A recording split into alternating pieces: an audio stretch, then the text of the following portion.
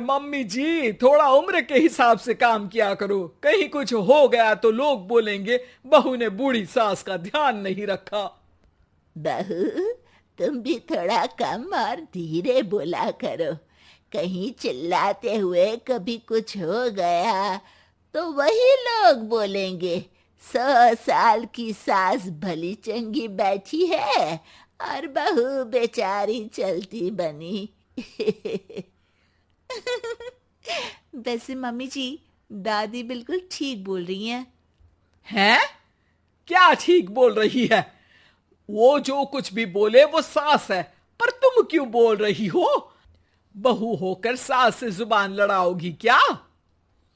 ऐसा बोलते हुए निर्मला को धसका उठ जाता है। कहा था ना, मत चिल्ला मत चिल्ला। तुझे बिना सास और बहू से जुबान लड़ाए बिना शांति नहीं मिलती। अरे माँ, दादी की बात सुन लिया करो, तुम्हारे भले के लिए बोलती है ना। अरे कोई भला नहीं, इन्हें बस मुझे परेशान और शो ऑफ करने का शौक है। हाँ। चल झूठी। इस परिवार में 3 पीढ़ी की औरतें रहती है, जिनका हर समय कोई ना कोई अलग ड्रामा चलता ही रहता है, जिससे और किसी का पता नहीं, लेकिन सूरज बहुत परेशान रहता है। माँ, पियाली और दादी, आप तीनों के पास एक दूसरे को सास बहू वाले ताने देने के अलावा कुछ काम हो या नहीं, पर मेरे पास जरूर है। इसीलिए पियाली, जरा लंच ले आओ, मुझे ऑफिस भी जाना होता है। इस पर पियाली सूरज को लंच देती है और वो ऑफिस चला जाता है, जिसके बाद तीनों एक बार फिर अपनी बातों या कह लो कि नोक-झोंक में लग जाती हैं। इसी में दिन बीत जाता है। रात को सूरज के साथ उसके दोस्त भी खाने पर आते हैं। पियाली, मेरे कुछ दोस्त आए हैं। सॉरी, अचानक प्लान बना तो बता नहीं पाया। तुम जल्दी से डिनर बना दो ना। अरे वाह रे आलसी माँ की आलसी बेटी, पहले बिना बताए दोस्तों को घर ले आओ, फिर बोलो जल्दी से डिनर बना दो। इतनी जल्दी है तो खुद बना लो। अरे माता, सब बाद में दिखा देना, अभी खाना बना दो ना प्लीज। ऐसा बोल के सूरज दोस्तों के पास जाकर बैठ जाता है और पियाली डिनर की टेंशन में अपनी सास के पास पहुंच जाती है, जो अपने कमरे में आराम कर रही होती है। मम्मी, सूरज अचानक दोस्तों को घर ले आए हैं, क्या करूं अब? कुछ ऐसा बताओ ना जो जल्दी बन जाए और सर्व करते हुए भी अच्छा लगे। अरे रेस्टोरेंट से मंगा ले, दोबारा परेशान मत करना, सोने दे मुझे। इतने में दादी सास भी वहां आ जाती हैं। वाह, आलसी का आइडिया भी उसी की तरह बेकार है। कोरोना में बाहर से खाना मंगाएंगे।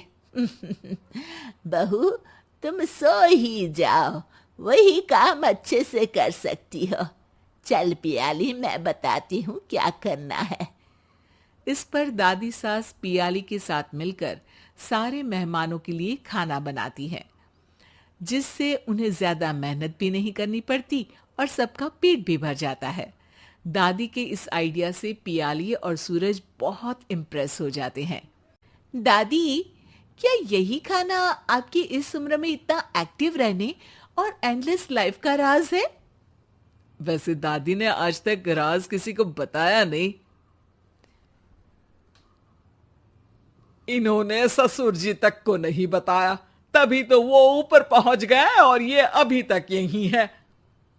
तेरी सास मेरे ऊपर पहुंचने का ही इंतजार कर रही है, पर इस आलसी का ये सपना पूरा नहीं होने वाला। क्यों जी, अमर होने का वरदान लेकर आई हो क्या? अमर का पता नहीं, पर लगता है तुझसे लंबा जरूर जी लूंगी। इससे पहले कि दोनों सास बहू में कोई बहस शुरू होती, पियाली बीच में बोल पड़ती है। ठीक है, आप दोनों लड़ क्यों रही हैं? हम तो चाहते हैं कि आप दोनों हमारे साथ हमेशा रहें। पियाली की बातों पर दोनों शांत हो जाते हैं और उनकी लाइफ पहले जैसे चलने लगती है, जहां दादी सुबह जल्दी उठकर कुछ न कुछ काम करते हुए पूरा दिन बिताती है, तो वहीं निर्मला और पियाली लेट उठने से लेकर धीरे धीरे आलस में काम करना और जब मर्जी सो जाने से अपना दिन बिताती हैं। एक दिन निर्मला की सहेली उनके घर आती है। अरे क्यों रे निर्मला, कैसे चल रही है जिंदगी? सब बढ़िया, बस ये बुढ़िया ऊपर जाए तो ज्यादा अच्छा होगा। अरे ऐसा क्यों बोलती हो? तुम्हें तो उनसे सीखना चाहिए, वो बहुत फुर्तीली हैं। मैं उन्हें रोज मॉर्निंग वॉक करते हुए देखती हूँ, और वहीं तुम और तुम्हारी बहू है जिन्होंने शायद सुबह का सूरज आज तक देखा ही नहीं होगा। सहेली की बात सुनते ही निर्मला भड़क कर चिल्लाते हुए पियाली और अपनी सास को वहां बुलाती है, जिनके साथ सूरज भी वहां आ जाता है और ये सब देख सहेली वहां से चली जाती है। अरे सासू माँ, आपको हमसे क्या दिक्कत है? अब तो मेरी सहेलियां भी आपकी वजह से मुझे ताने देने लगी है।